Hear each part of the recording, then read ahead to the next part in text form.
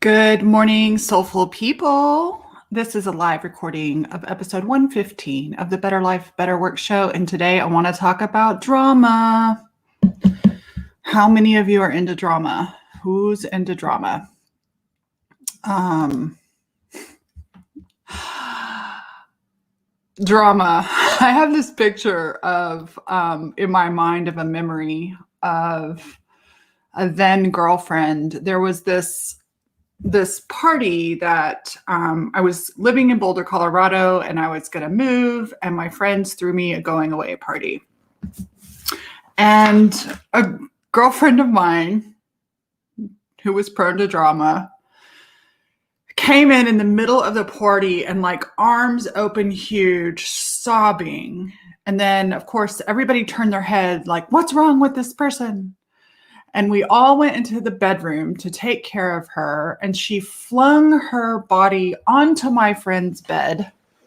And her brand new nose ring hit her septum in her nose. And blood went everywhere. And it was just this really, she's flinging herself. And in the flinging, she screws up her nose ring and punctures herself. It sounds like I'm not really sensitive, but I wasn't really sensitive. It was a really lot of fucking drama for not a whole lot of whatever. Now,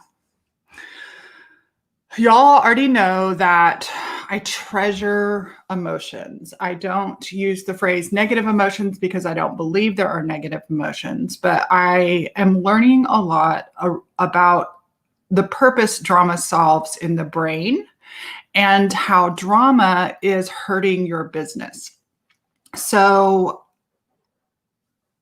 I want to talk today and help you realize some places you might be practicing drama, why you might be practicing it, and what you can do instead.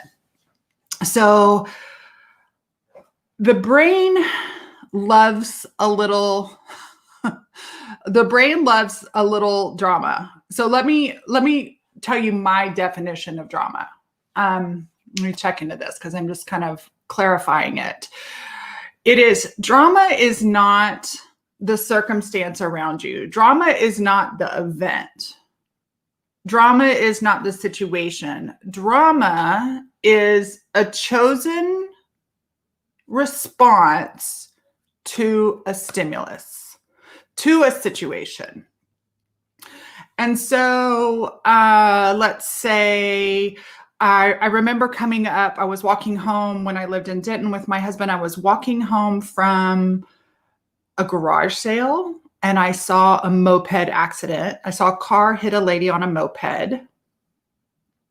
It was an intense situation, but the way I responded was I dropped in and got calm. Hey, you call 911, and I did emergency care, sort of. And other people were standing around faffing their arms like, oh my God, oh my God, oh my God. Right. And so I was able to have a calm response, and other people have a wild reaction. And I realize that reacting in drama, whether it's subtle drama or wild faffing drama, is a nervous system response. And so I am so aware and wish that one of the first things that I had ever learned in coaching wasn't just about mindset, but understanding even underneath mindset, our nervous system, our bodies, and why our nervous system is responding a certain way. So let me take a sip of my water, collect my thoughts. I notice I'm trying to be really organized for you guys in my brain, which is kind of a joke. Okay, so drama. So I have to give kudos to my sweet friend, Tracy Lee, for helping me see this so clearly one day, a couple of years ago, about 18 months ago. So her dad had died. Obviously, very, very, very sad. And she was having some struggles with some family members. She was going through a lot of hurt. And I don't even remember what she called me. We were talking on the phone, and she was in drama. And at that moment, I had this recognition that, yes, genuinely, she was standing in a shit circumstance. Like, it is really shitty that her daddy died, and really shitty that she is struggling in this relationship with these people. And I don't even remember what she was faffing. I call it actually frothing, but she was faffing about. And I was like, I know. I said, can I share something really hard to hear but loving for you? And I said, and you may hate me for it, because she's in the middle of grieving her dad. But I just said, sweetie, I know your daddy died, and I know you hurt. And so legitimately you're standing in the shit, but you're acting, you're taking the shit and you're smearing it all over yourself to make it worse. And she stopped in her track and said, oh my God, you're right. And I said, it's because you don't want to feel the pain of what's going on. And so please know that my dogs are saying hello, because that's what they do. Please know that it really is one of the reasons we respond to drama is because people around us respond to us, right? When my girlfriend walked in that apartment that day, all eyes went off of me. Of course, my selfishness, like my need to be the center of attention, it was my party. Notice that all eyes, all of a sudden, we literally went from toasting Allison and thanking her for being our friend and living in this town and we'll miss you, to everybody turned to this other girl because she rolled around in drama. Lee, come here.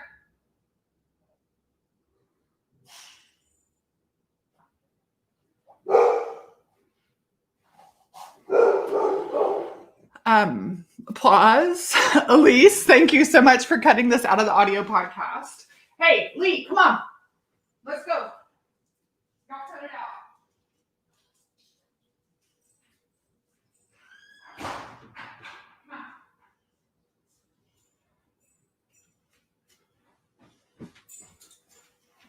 Okay, so even that, right? Like that there, I could get really upset. I could get frustrated. I could start in doubt, shame, blame, guilt. I could get in my mind, or I could just let it be what it is. So I realized that in addition to fight, flight, or freeze, which are nervous system responses we're all taught, that we also do this thing called frothing. And to me, frothing is drama. Other ways that we froth: overwhelm is frothing. Doubt is frothing. Worrying about how much time we have, spinning about time is frothing. Shame, blame, and guilt are conditional frothing. Overgiving and people pleasing are frothing. And burning your business down is frothing. There's so many different things. So you have to figure out how are the ways which you respond in drama. And drama, the recognition of drama is strong. Well, for me, strong story in my mind or strong emotion. And so the cues that when I'm in drama is strong story or strong emotion. So here's something that's interesting that came this morning. I think I've heard it, people call it fawn too. After I had this recognition, I actually went back into my opt-in, like the Feel Good Fairy Guide, which has now got a new name, but I added a whole section on feeling bad and frothing. I just call it frothing, right? You're standing in shit, and standing in shit is bad enough, and we don't need to make it worse. So I'm going to tell you one more story, and then I'm going to tell you what the brain does. Let me write this down. God forbid Allison create an outline for a podcast episode. So brain. Okay, one more story. This is actually this morning. I sat down to write. I'm working with a writing coach. I sat down to do my daily morning pages and just write. And I woke up and I'm in a really good mood, but I had a crick in my neck. Like I'm in physical pain. One of the reasons I'm wearing this little scarf today is so that I can kind of massage the back of my neck. Before I even had my coffee, I got stung by a wasp. And then I went outside to have my coffee and sit for a while with my dog. And when I got up to come into my office today, my dog's tail was wagging and it whacked me in the eye. And so I just had this really off-kilter morning, even though I feel really good inside. It was just very disjointed. And so I sat down to write. And the old me, and probably still some of the real me, was like, why did all those things happen? And my mentor, Sacred Deep Emotion Through Art, Chris Seidel, taught me the concept and taught me how, especially in Western society, we are taught to make meaning out of everything. And I get it. It's fun. You see the number 111, you make a meaning. I get it. You see a dragonfly, you make a meaning. And so this morning I sat down, I was like, I wonder if there's like anything Spirit wants me to pay attention to, or if it just is. Now, I do believe in signs. I do believe in magic. I do believe sometimes there is meaning, but it's only the meaning we make us. And so I sat down and I looked up Louise Hay, like what's going on in the neck. And I thought about looking up wasp sting. But in my knowing, I knew that there was no drama and that there was only the isness of a neck crick and the isness of a wasp sting, and that there was nothing that I needed to make up about any of that. That making up story about any of it would take energy from the task at hand, which is to do my daily do. So what does the brain do? Y'all, the brain loves conflict. Even those of you who are people pleasing, and even those of you who like things smooth and calm, the fact is the brain likes conflict. Like you like watching movies and stuff. You would never like watching a movie. You would never be engaged in a movie that didn't have some conflict, resolution of conflict. The hero needs to have a conflict. The conflict needs to have a battle, and then it needs to be resolved. Otherwise, we hate it as a movie. And so in the climate of our current circumstances, the events that we cannot control outside of our life. So at the recording of this, COVID is beginning to resurge, not just in America, but around the world. And we have a really tense, emotional, divided political context. There is uncertainty. And I want all of you to remember this basic fundamental that, and I've talked about this, perhaps I'll do a whole episode about certainty. Like there's something about recognizing when my psyche doesn't have certainty. Oh, it's a noticing. It's like, oh, I'm craving certainty and I don't have any certainty right now. And so a lot of our circumstances outside of our control are uncertain. I have a retreat to plan for my mastermind members, and I cannot pick a date. I cannot pick a date. I have a member from another country. Right now, she is not allowed to fly to the United States. I can't pick a date. It's uncertain. And as the days tick, I start thinking about disappointment and what if my clients are mad, they paid for that. And I start getting in drama. And the mental drama is the overwhelm, it's the overthinking, it's the overperforming, those kinds of things. And so when I pull back and realize, oh, this is uncertain, and how do I really feel about the uncertainty? Here comes my husband, so I'm going to shut my door. Hey babe, I'm recording a podcast, just so you know. It's just the way today is, right? And can you imagine having a day just where all kinds of little glitches go on and you just move, it just is. Okay. Certainty. There we go, you guys. Certainty, like we need certainty. That is one of the basic, like you need food, water, shelter, you need belonging, you need certainty. And so right now, not only individually, because in addition to all the societal circumstances of COVID and political upheaval, and many people are in financial upheaval. There are many people who have lost their jobs or inability to work, those kinds of things. We also have the personal things that happen in our lives. So just because this outer stuff that we can't control doesn't happen, we still have some things in the inner personal circle of our lives that we can't control. People dying, people getting sick, people having to visit their family members who are dying in other countries, broken legs, accidents, just everyday events that happen that really are kind of dramatic events. Kids having to Zoom at school, parents Zooming, just the overwhelm of everything that is going on is natural. So in no way am I telling you, chill the fuck out. And when we can be human beings, so I'll get to the business part in a second. When we can be human beings who recognize, oh, I'm frothing, I'm in drama because there's another emotion that wants to be met. I'm in drama because there's uncertainty. How do I feel about uncertainty? And you guys, one of the things that has helped me so much when I recognize that I am triggered by uncertainty and I'm responding in some way, whether it's about politics or COVID or my business or whatever it is, I'm able to go, oh, how do I feel about the political climate right now? And I go into the emotion. Oh, I feel sad. And what does that sadness feel like in my body? And sometimes we're afraid, I feel afraid. Okay, what does that fear look like in my body?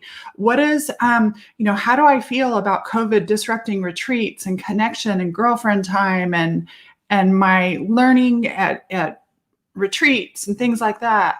I feel lonely and I feel lonely. Well, what does that loneliness feel? And it is a practice to actually feel our feelings instead of feel the drama. And our brain likes the drama because the brain reads the drama as productive. You hear me? The brain is like, oh, she's doing something about this situation. She's creating certainty with the drama. And so what does this have to do with business? I can't speak for all the personality types, but many of my clients are people pleaser types, heart-centered. We like stimulation. We like most human beings like stimulation. So we like, and most human beings like to feel good.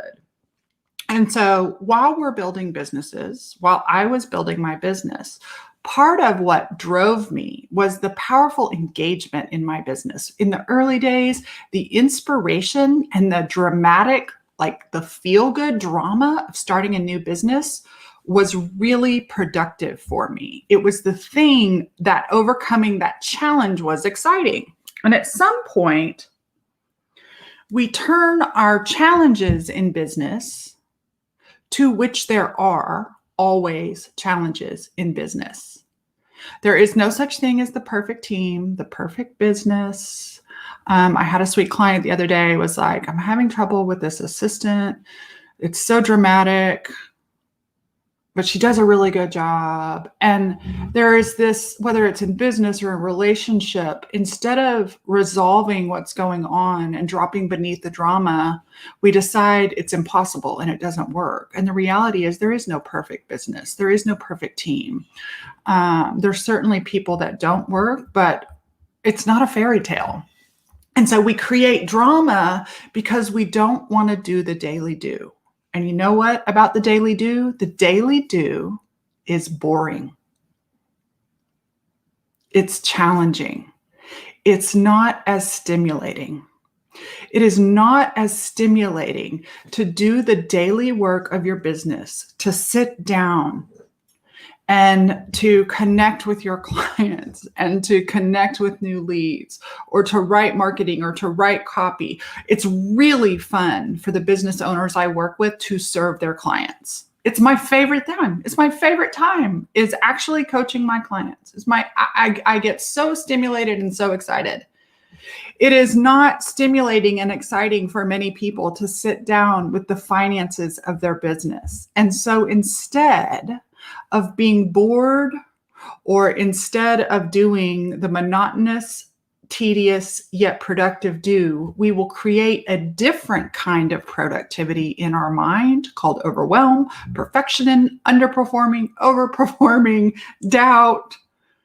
And the reality is, when I talk to my clients and when I talk to myself, we always know. We always know. And the distraction, the drama is just a distraction from doing or feeling something that is uncomfortable. Soulful CEOs, the distinction from moving to struggling business owner to soulful CEO is that a soulful CEO learns how to keep the drama response out of her business and out of her mind. And she chooses stimulation and challenge in other ways. She is intentional about choosing challenge. So business might be boring, doing the boring stuff. Obviously, it's fun when it works. It's fun when you create money. It's fun when you're getting to serve your clients. And that is only a small portion of your business. All the rest, I can suffer about it. I hate marketing. I hate having to do lead generation. Blah, blah, blah, blah, blah. Stop your whining. If you are not spending all that energy, you would just get it done. And then you would have space and time and energy left over. And now here's the other thing. The brain's like, well, what do I do with that space? I was here a couple of weeks ago. I was like, oh, I have space in my calendar. I have space in my mind. Like if I choose to stop being in the drama of politics and COVID, what would take up space? It was like, oh, I would love to learn something. What would I love to learn? And so after some exploration and some talking with my coach, what I realized was that it's not just me. I'm in a mastermind with a lot of other very successful business owners. And in the past, we have literally burned our entire businesses down. Like, oh, I'm feeling a little bored. And so we make up the drama in our mind, the story response to the boredom that this isn't working, when in fact, it is working. You just thought it would feel better. You thought it would always be the climax of an orgasm, and it's not. And so instead, we have to let our business and its activities become mundane so that we can begin to allow for the miracles. And I'm not saying don't fill the empty space or don't meet the boredom. But don't meet it with something that destroys your business or your marriage by creating drama. If you end up in boredom and you need some mental or emotional stimulation, get a hobby, learn something new, but don't keep kicking the can of the daily do of your business down the road in exchange for the momentary feel good of drama. And that's the thing, that drama in the moment feels fantastic. It feels powerful. Even being in overwhelm feels powerful to your brain. Even being in doubt and getting the attention that we get. I'm not saying that anybody wakes up and goes, you know what? I think I'm going to be in drama, and so I'm going to get some attention today. It's all these subconscious built-in patterns repeating, right? And so what I want you to do is learn to have a quiet mind about the boring things in your business, and then have the luxury of being, because you've created space, because you've been willing to do the boring things, because you've been willing to do the daily practice. in addition to obviously the fun parts of your business. Then you're like, oh, what do I do with this extra time, space, and money? I hire a writing coach, or I take up horseback riding lessons, or I learn to knit, because we do I've not met a human being that doesn't thrive with some profound engagement in a challenge. And at some point, especially for achievement business owners and late growth business owners, the profound challenge of somebody in launch is actually what helps get their business off the ground. The drama of the profound challenge. But what we can do as soulful business owners and CEOs to really self-sabotage our business is we are not mindful about the drama that we allow. And so I'm not saying be a cold bitch, no drama. I'm saying be mindful of the uncomfortable feelings yet again, and how you are responding to them, and what really works. You know your brain needs to freak out, but you also know your business doesn't have time for that. And as Chris Seidel taught me, human beings are addicted to attaching meaning, and that is the slippery slope to drama. Instead of doing the boring, uncomfortable do that actually creates the impact, the service, the money you want in your business. And so recognize, what are your ways of frothing? What in your life contributes to frothing and drama? And what soothes it so that you can be the decider, be willing to be bored, be willing to do the boring stuff, and then find something fun in your personal life, right? I mean, I shared this with I thought I was being kind of dorky and talking to my coach and my mastermind about this. I was like, y'all, I think I need a hobby because my brain keeps telling me to tear my business down. And my business is working it's like working the way I've always wanted it to work, always, like for 15 years, 17 years. And it's so tempting to do that. And instead, I realized that a lot of other people I knew were the same way. They were subconsciously creating drama to slow it down because a challenge feels delicious. And so what I want you to do is, because we do have a need for profound engagement, is find something new to learn outside of your business, but keep doing your soulful business activities. All right. So you don't even realize it's drama, but it's there. And I've noticed, I used to be, I love big and flashy, and there's something in me that has shifted with slow tango. When I have the slow tango experience in life, and when I create space, and I have a lot of clients trying to create energetic space. And when you create energetic space in your being and in your mind and in your body, and circumstances happen as they will, it is so much easier to see that they are neutral, and you get to choose how you want to respond. And you can tenderly meet those emotions. And what I find is interesting is that the more I meet my sadness on a daily basis, like I'm sad about politics, I'm sad about the division, I'm sad about not getting to go to retreats. And normally in October, we would have Soul retreat. I feel sad about that. And the more I meet my sadness or my difficult or strong emotions daily, the less they knock me out of the game. Like, I'm all for a good cry. But a lot of times the reason we're having a big breakdown is because we haven't been doing the boring work of meeting those difficult emotions every single day. And so they build up and they build up and they build up. And then we have a dramatic breakdown, which leads to a breakthrough. You can keep doing that. I don't want to keep doing that. I'm noticing what is energy well used, what is energy wasted. And I have wasted a lot of energy on drama. I have a client that let me know yesterday that she just got a really huge tax bill, and she was starting to freak out. And I remember doing that, like, oh, creating huge tax bills and creating from pressure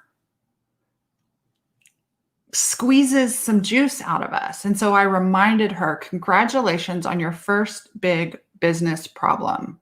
You are so lucky to have a big taxes bill. That is a quality problem to have in your business. And she just kind of backed up and was like, oh, you're right. And when you see it as not this tax bill and I'm going to go broke and my husband is going to divorce me because I have this huge back bill or tax bill, you realize, oh, look at that. I made more money than I thought I did. And obviously there's something in one of my systems that wasn't quite aligned. Let me see what I can do to course correct that. And then this is where productivity is sexy. I cannot believe I'm saying that again. But productivity without drama creates the miracles. It creates the path to your soulful business. All right, you guys, I love you. I'm going to go hop on a coaching call. Thanks for listening. Let's see. What can I offer you? If you haven't already signed up, go to AllisonCrow.com, and there is the Feel Good Guide plus another week of just ways that I can serve you. But in the Feel Good Guide, I talk about how to feel good and how to feel bad. And I talk about this concept of drama and frothing. And if you want to get on the wait list for Soulies, we will open up probably the week after Christmas. I don't know if we'll wait till January 1st. We might open up the week after Christmas. And I would love to have you as a soulful business owner. In the meantime, those of you who are watching and who are listening, we have a call shortly, and I will see you then.